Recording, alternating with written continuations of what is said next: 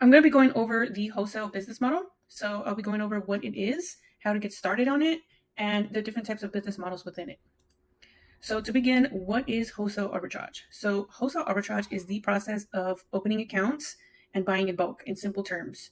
But there is a lot that goes into this process. You need to make a LLC, first of all, structure your business, find distributors through a search or software, and then open accounts by emailing or calling the suppliers and then requesting a price list, scanning it. And then once you find a profitable product, you will propose it to your supplier and see what they can do for you. So a couple key benefits for wholesale is being able to find replenishable products, which means finding products that you can just keep on ordering again and again, consistently be in stock. Have scalability. Scalability is being able to reinvest your profits and growing your business. Wholesale makes this very easy. And there's also less risk associated with wholesale because you can read the Keepa charts and see which direction it's headed, and you can see the competition. So these are a couple benefits of wholesale. And so in order to get started, you will need an LLC, SOPROP, or some type of business entity. You will need an EIN number, a seller's permit, and a professional email address, meaning it's not a Gmail or a Yahoo. It is a domain you purchased yourself. It'll be like a at yourdomain.com. It can be anything. It can be at your last name or just anything that makes you look more legit as a business. And then you want to get a website. So there's three different types of websites. There's a landing page, a value prop website, and an e-com store with purchasable items. So let me show you an example of a website that is a value prop. So this website right here shows you a little bit about the company. And then down here, they have the what we do. So they have the brand enhancement, map monitor, and brand control, online retail strategist. So this is something brands would want to see on your page if they want to work with you. So you kind of have to show how you add value client to their brand. So this is definitely something good to have. And then we have the regular e-com store with purchasable products. And so this is another e-com store.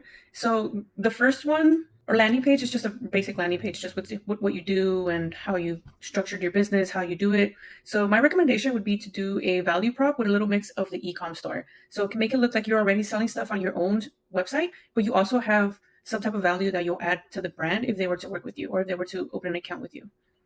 And another thing you'll need is a commercial shipping address. So this can be your own warehouse, maybe an office you rent it out, or a prep center. It cannot be a residential address, although there is some exceptions. Some suppliers do ship to residential addresses. It's possible, but a lot of suppliers will not open an account if you don't have a commercial shipping address. So it's best to work with a prep center to get started or to just rent a little warehouse space. Onto that, I have heard that a couple business storage facilities, they're a lot bigger than just regular storage facilities like 10 by 20s. They're like maybe like 10 by 30 spaces where you can drive in and it's an actual workspace. So it's like a business storage facility type of thing. So I've heard that these can also work well for a commercial shipping address. So just FYI.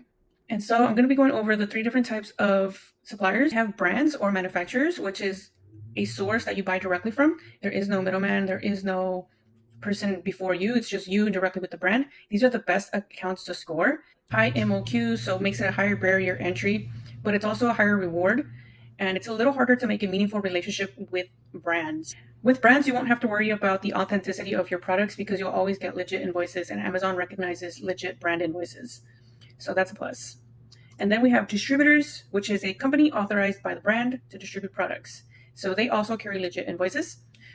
It'll be much easier to open an account with the distributor, and they have a wide selection of products. It's easier to make a relationship with them. They usually have those slow-moving products with high margins.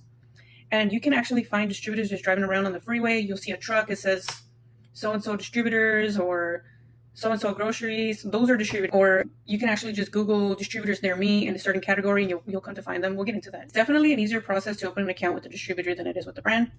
And then last but not least, we have wholesalers. Wholesalers are just companies that buy from the brand or distributors direct, and they get some sort of discount, and then they redistribute it at a wholesale price to vendors or Amazon sellers like ourselves, known as the middlemen. So they middlemen these products, and they make their cut. Their items are usually not replenishable, and they don't have legit invoices. And usually these type of wholesalers have those email lists, or they're from Telegram or WhatsApp groups. They're a lot risky to work with because they don't have their legit invoices and know where they get their goods from. Although there is some reputable wholesalers that actually do pretty well for themselves and have a good reputation. So Just make sure you check off all of your boxes and make sure you are not dealing with any fake suppliers because they are out there. So now we're going to get into the business models. So we have the low margin, high turnover, which is maybe a product that will give you a $1 profit, 15% ROI, but you can sell a lot of them. So as an example, I have this Lysol 6-pack. So let's say we get this item for $9 and we sell it for $25. Our profit is $1, ROI 13%, but it's selling 10,000 times a month.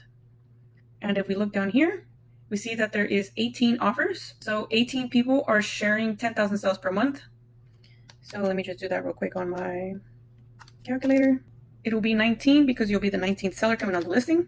Each seller is getting 526 sales per month. So this is actually something you would want to buy at least minimum 500 units from your supplier because you know you're going to be able to sell this within 1 month and make $500 profit. So that was one of those low margin, high turnover examples. Then we have the higher margin niche focused products. So these are more of like the less popular, unsexy type of products that you'll come to find with the high ROI, but not many people know about them.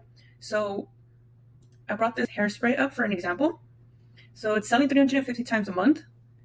If you were to let's just pretend we get this for like 25. It's a good profit ROI, 60% ROI. And guess what? There's only one seller. So this one seller found this niche product and is taking advantage of the fact that there's no one on this listing and they can price it at whatever price they want. And then we have the closeout discontinued items. So these are items that are in short supply or got discontinued. And usually items that get discontinued, the Amazon price tends to skyrocket. So as an example, I brought up this T-Gel therapeutic shampoo for dandruff. So Amazon was actually selling this product for $14.92 at a time. Look at these monthly sales, 16,000.